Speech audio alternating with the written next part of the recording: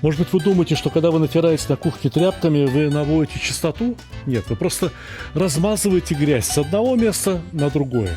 Тряпки, мочалки, все это понадобится, когда будет капитальная мойка кухни. А в оперативных целях, когда вы хотите быстренько что-то протереть, лучше всего взять одноразовые салфетки. Протер, выбросил. Протер, выбросил. Вот так будет по-настоящему чисто. А без чистоты вкусной еды не бывает.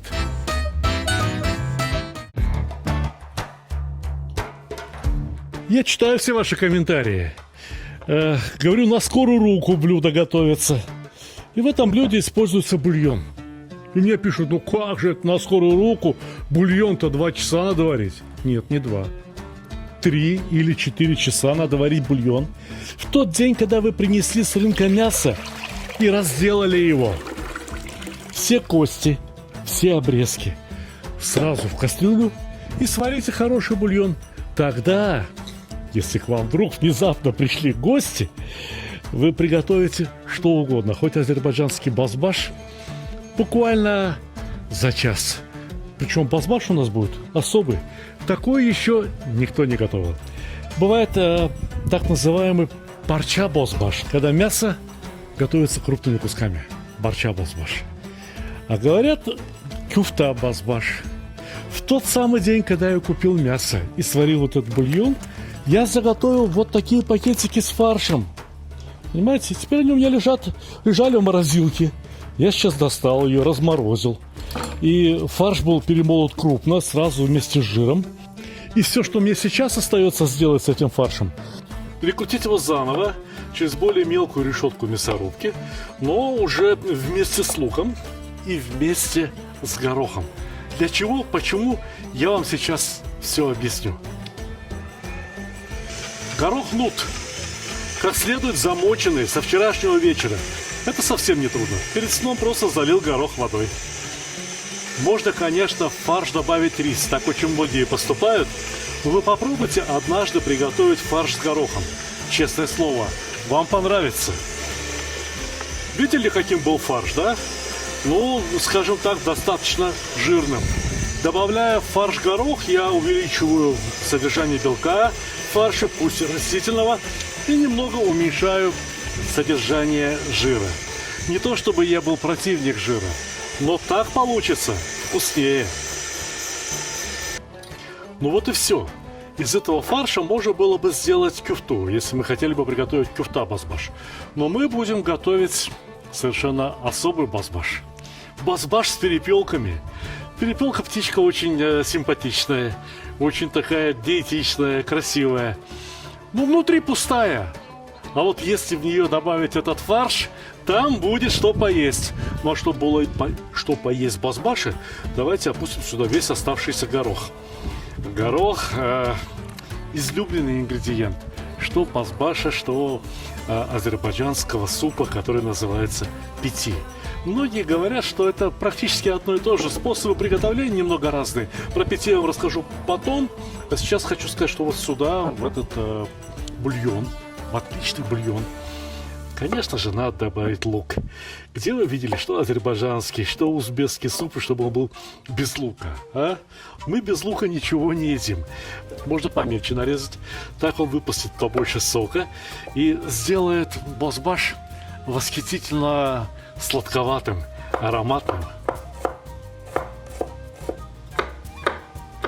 Да, лука порядком, но и базбаша у нас порядком. Там 3,5 литра отменного бульона. Здесь было полкило фарша, а стало грамм 800. И еще будут перепелочки, картошка, еще кое-что. Так что лука получится немного. Как раз столько, сколько надо.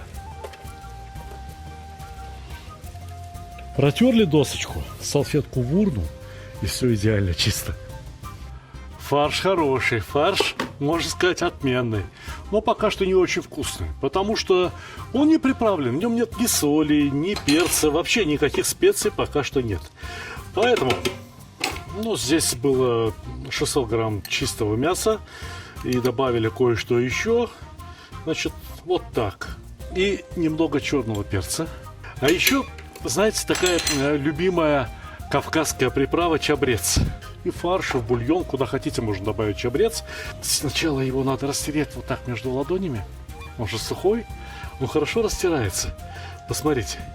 И вот теперь просеиваем, так чтобы крупные палки, какие-то крупные листья остались здесь. А аромат, только тонкий аромат чабреца оказался бы внутри фарша.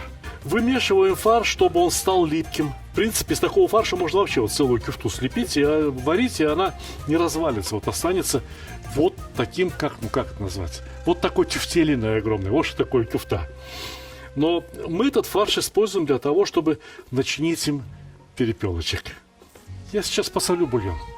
Пусть закипит нормально, я посолю бульон. Но перепелочки, вот столько соли, видите сколько? Намазываем внутри перепелки.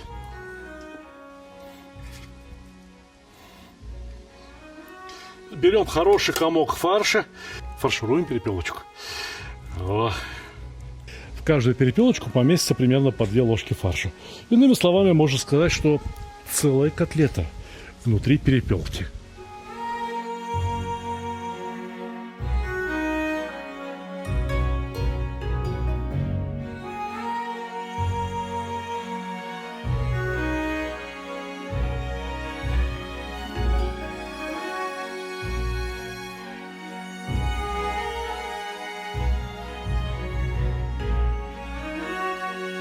Сколько надо варить горох вместе с луком, знаете? До тех пор, пока лук не начнет оседать. Для того, чтобы бульон был прозрачнее, нельзя давать ему кипеть слишком сильно. А для того, чтобы бульон стал красивым, у нас есть шафран. Буквально 0,2 грамма вот на этот казан, вот на это количество бульона, этого более чем достаточно. Вот столько пересыпаем в ступку. Несколько крупинок соли, для того, чтобы эти острые крупинки соли помогли растереть эти ниточки шафрана в порошок. Посмотрите, вот что делает шафран. 2 раза половником повернули, босбаш превращается в царское блюдо. Невероятно красивый, невероятно аппетитный цвет. Пора опускать перепелок, потому что перепелки, начиненные фаршем, будут готовиться как минимум 45 минут. У меня осталось еще немного фарша, ну и ничего страшного. Мы его сейчас, этот фарш тоже сюда опустим уже в виде кюфты. Но вдруг кто-то не хочет перепелку. Значит, здесь было 3,5 литра бульона. 10 порций потрясающего супа. А, перепелок 9. Ладно, 9 порций потрясающего супа. Вот это называется аль-бухара. Ну, вяленая алча. Что-то среднее между довольно кислой сливой и между курагой. Ни то и ни другое. Спросите на рынке. Наверняка вам попадется. Не попадется, ну, значит, положите обычную алучу. Уж сушеную алучу найдете. По 2 штуки на каждую порцию. Значит, нам надо таких 18 пар. Ничего, да? Ничего, что не кипит. Температура около 100 градусов. Все будет в порядке. Еще одна пара для меня, а это вот на потом. Она такая влажная, поэтому ее надо хранить в холодильнике. Без упаковки она, подсыхая, темнеет. И вот сейчас-то она прекрасная, она очень красивая. А потом будет не такая. Картошечку разложить и подождать. Вот и все. И скорее всего придется все это досолить. Досолить изрядно. Потому что, да, 9 перепелок, вот было тут 1,5-2 килограмма картошечки. Все это требует соли. Крышка. Прикрою не до конца. Там может слишком сильно кипеть, и бульон станет мутным, и все разварится не так, получится не так, как надо. Но мы же еще планировали с вами сделать парочку тефтелей. Значит, руки намочить. Фарш отлично выглядит. Вот нормальный размер такой азербайджанской кюфты. В каждую кюфту следует добавить по одной аль-бухаре. Как это сделать? Вот сейчас дырочку так вот руками закрыли. Эх ты, какой маленький казан! Куда же это все положить? А вот сюда. В принципе, вот в эту кюфту можно было бы положить и кусочек грецкого ореха. Сюда можно положить половину куриного яичка, либо перепелиное яйцо внутрь. Все это здорово украшает. Но, босс Баш, если честно сказать, хорош в своей простоте. Посмотрите, ведь ингредиентов совсем немного, да? Ну, перепелки у нас сегодня, это баловство, конечно. А так обычно это мясо, картошка, аль-бухара, горох, лук. 5 ингредиентов. Вода 6. Вода 6 и соль 7. Бульон я солил до этого. Добавлю пока что ложечку соли. Пусть поварится. А потом попробуем и решим, надо ли еще. Прикрываем вот так вот. Не сильно. Пусть постоит. Минут 45. Не меньше. А куда торопиться? Мы готовим очень вкусную еду. Зачем нам нужно торопиться? Ну, разве что руки салфеткой вытереть. Дорогие друзья, во-первых, мои книги всегда можно купить на сайте stalih.ru. Мы их отлично упаковываем, доставляем. И при желании покупателям я могу поставить какой-то личный автограф. Но еще мои книги можно купить на сайте megamarket.ru. Я внизу дам ссылку обязательно. Почему удобно покупать на сайте Мегамаркет? Во-первых, там сейчас проходит колоссальная акция. 31% кэшбэка. Что это означает? Вы покупаете вот эту шикарную книгу «Плов», либо вот эту шикарную книгу «Казан» за 3950 рублей. Вам начисляется кэшбэк 1225 рублей. Понимаете? Ну, посмотрите, просто шикарно. 543 рубля за недорогую книжку «Мангал». Недорогая, но очень полезная. И так далее. Книжка Сталих Видеобук никогда не продавалась ни в каких маркетплейсах, а теперь продается на сайте Мегамаркета. И кэшбэк 1178 рублей. Но это еще не все. Некоторые люди ухитряются покупать мои книги. Знаете, за сколько? Вот посмотрите. Человек купил книжку «Мангал» и заплатил всего лишь навсего 18 рублей. Кто-то купил книжку «Плов» и заплатил 40 рублей. Но вот эти люди, вот они уже получили, доставлено покупателям, здесь написано, вот эти книги уже получили люди. «Счастье кулинара», «Сталих Видеобук», «Плов. Кулинарные исследования». Они заплатили, знаете, сколько? 0 рублей. Каким образом? Если вы пользуетесь карточками Сбера, то там начисляются особые бонусы. Сбер спасибо. И многие не знают, как их потратить.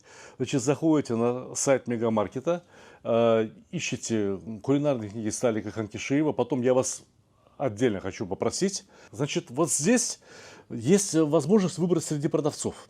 Выбирайте Сталих Ханкишиев. Значит, почему это необходимо сделать? Дело в том, что очень многие какие-то магазины продолжают торговать моими книгами, но это остатки книг, которые кочевали со склада на склад и неизвестно в каком состоянии. У меня книжечки новые, отлично упакованные. Вы получите и будете очень рады. Итак, по Сбер спасибо можно получить даже бесплатно, либо заплатить столько, сколько вам удобно. Можно получить огромный кэшбэк 31%. И кроме того, шикарный выбор для подарка, да и просто для себя любимого. Прошло положенное время. Знаете, сначала я сниму вот на это блюдо картошечку и перепелок. В Азербайджане обычно все в одну кассу складывают. Но у нас блюдо-то сегодня такое импровизационное. Смотрите, какая, слушай, бройлерная перепелка, бройлерная. Теперь можно разделить. Каждому понемножку фарша добавить в тарелочку. Давайте все-таки в одну кассу нальем все, сделаем по-азербайджански. Вот вам кюфта. Вот вам горох и аль-бухара. Поверх базбаша хорошо посыпать сушеной мятой. Или можно не сушеной мятой, а если кто хочет, можно взять и насыпать сумах. А можно с одной стороны сумах насыпать, а с другой стороны сушеную мяту. И должен быть, конечно, свежий хлеб, чурек или лаваш. И вот тогда это будет очень по-азербайджански. Ну, конечно, я знаю, как готовится обычный бозбаш. Сотни раз ел его в исполнении, может быть, даже самого лучшего азербайджанского повара Шаха Хусейна Керимова, которого, к сожалению, уже давно нет с нами. Он мне преподнес уроки приготовления бозбаша.